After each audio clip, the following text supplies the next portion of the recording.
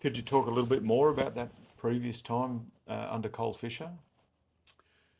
Yeah. Cole had been the music director of the Royal Military College Band. I joined the military just as he was coming to the end of his time um, in the military. Not the end of his time; he's still going, thankfully. Um, but back in those days, you had to retire quite early, and um, he was the director of music of the army just as I was sort of finding my feet as a young musician. So I'd never had the opportunity, like so many others had, to sit under his baton. And I just kept on hearing he was fabulous. He was just really fabulous at what he did.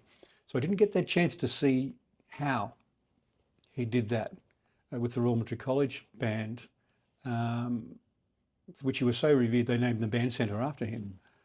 Um, so I sought out the opportunity to do it other ways in the Canberra City Band he was conducting, and they were lucky to have him as a conductor. And I turned up and I was a solo clarinetist in the military, but sat on second clarinet. Didn't want to, upset those at the top of the row, but I also wanted to be able to have the time to be able to just watch and listen. So the playing of the parts was not difficult for me. Um, so I had time to see what he was doing with his hands and hear how he was treating those sections. And it was quite fascinating how he was doing. Now, some people um, possibly weren't all that pleased with what was going on because I was also the conductor at the time of the Canberra Youth Wind Ensemble, who were pegging to take this trophy away from the Canberra City Band. So they probably thought I was a planted spy, and I guess I was. But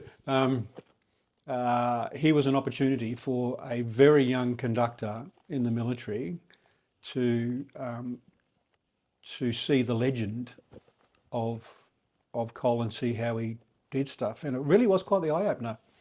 Uh, Conducting one fantastic ensemble and then playing in another, Yep. and learning from its terrific conductor. And were there particular things that he instituted or he had in the band then? Because my recollection is he took the band from a certain standard to A grade, and he actually did Yeah, win A grade. yeah. So during that time, did he have certain strategies or foundation elements that he was using? Well, the biggest takeaway that I learned from, apart from he had terrific, um, well, he had very, very good conducting skills, but he had terrific communication skills with the players. But what I learnt from that was in a community ensemble, you don't need everybody to be great players.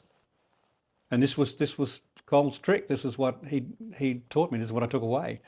What you need is a great player at the front of the row, at the end of the row. So if you've got a great section leader and some solid backup players, you don't need a band of stars. You just need people who can listen to the person at the end of the row and follow what they're doing. So if you've got, if you've got your trumpet, your lead sax, your lead trombone, your whatever, if they're all honing in on what the conductor's doing and all the other players are honing on what the section leader's doing, you've got synergy, you've got an ensemble. Yep. Rather than those who might be struggling a little bit with the key changes or the understanding of the complexity of the music, who were sitting on second or third chairs, also trying to get what the conductor's doing, because there's lots to look at. Too many notes. Oh, I've got to watch him too. So listening to the person on the end of the row, it was a fabulous way of incorporating the really good players that City Band had as section leaders at the time, and it also reinforced something that I was already well across, and that is product ownership. Yep. So if the players are owning what they're creating rather than just doing what the conductor says, you're going to get a better ensemble. Might take time, but you're going to get a better ensemble. And players will enjoy it more.